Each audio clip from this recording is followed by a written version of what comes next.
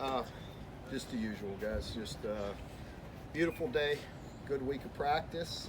Excited about being home and ready to get rolling here. Sounds like the weather might be bad again on Saturday. How much does last week kind of prep you for that, I guess? Well, hopefully it does. It didn't prep us today. Yeah. Beautiful day today. No, it is good that we played in it. We have a full game under our belt, that's for sure. It sounds like it's going to be very similar. So it is what it is. We'll have to deal with it, and our guys will be ready to go. In some ways, especially from a defensive standpoint, do you kind of prefer that kind of a wet game? I always prefer a nice surface, but it is what it is. We'll see. I don't know who it affects more or any of those things. It affects us both, equally. So it is what it is. Any difference between a game like that on a grass field compared to the artificial here? Definitely different there. Our field will be, the traction will be much cleaner, much better.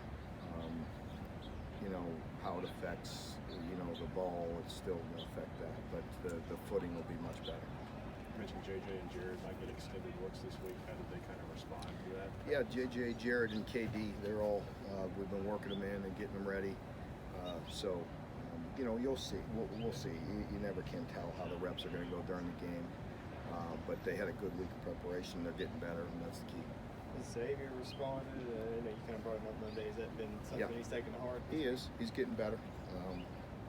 He's had a solid week so far this week, so we'll see how that goes. Kelly Bryant obviously poses some problems, both running and passing. And what have you guys had to work on, especially for him, a quarterback like him? Well, he's a guy that, he makes some throws that'll wow you. You got to go back and watch it. And he throws the ball in some really good places, and he's got a big arm. He can make all the throws. He has a lot of experience, but he also can hurt you with his legs. And whether that be scrambling, buying time, scrambling for yards, or QB design run. So that always puts pressure on him. Whenever Lynn does go back to wide receiver, how can playing quarterback help him at that spot too? I just think knowledge.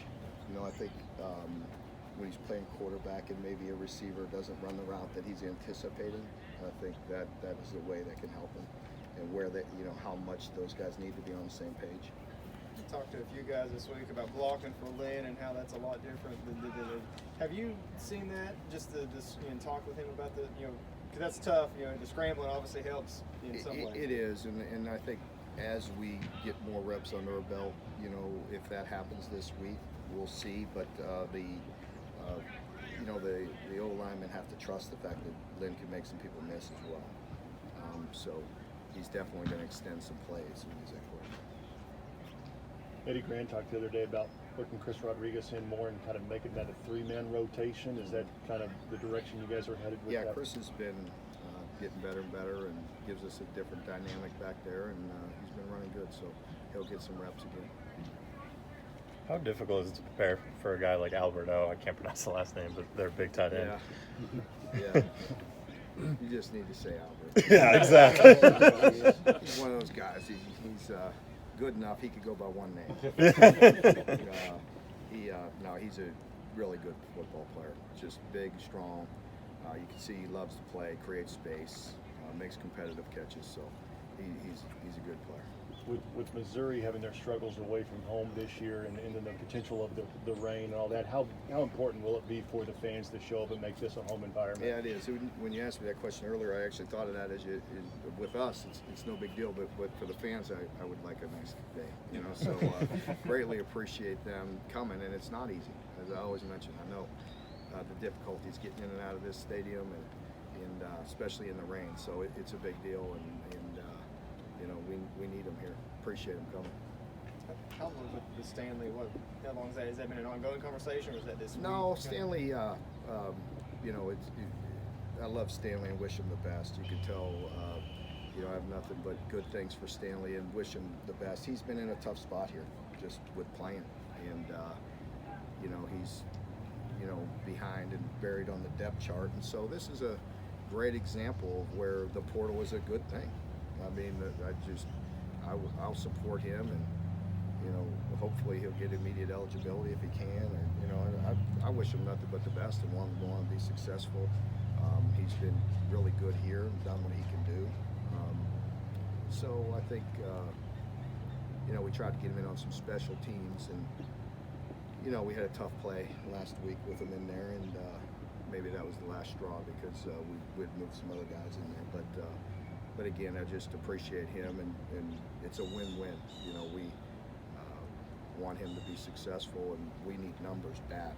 You know, we are extremely crunched on numbers this year. So, you know, if it stayed the way it is right now, I'd only be able to sign 15 guys next year. So, this is where some attrition is good. How much does that make recruiting difficult when you know you don't have a big senior class? It's going to have a lot of. Yeah, it is tough because this is about as good a year as we've had. So this is a great year for us in recruiting, and it's going very strong, and we don't want to slow down. So, you know, it's a tough balancing act. Have you had to adjust practice at all, having some guys banged up and a little bit like a depth? No, we haven't.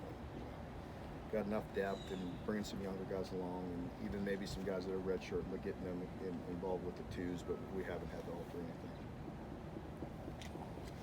Yeah, we're good. Okay.